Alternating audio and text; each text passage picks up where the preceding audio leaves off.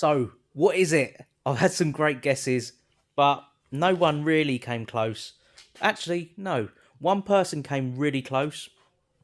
Thought you nearly had it, but no cigar.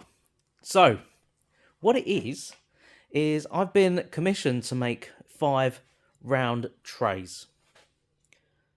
These are the rounds. And the jig is to put the handle on, as you can see here. It's one of those jigs that it looks quite confusing, but in actual fact, it's pretty straightforward, and this is how you use it.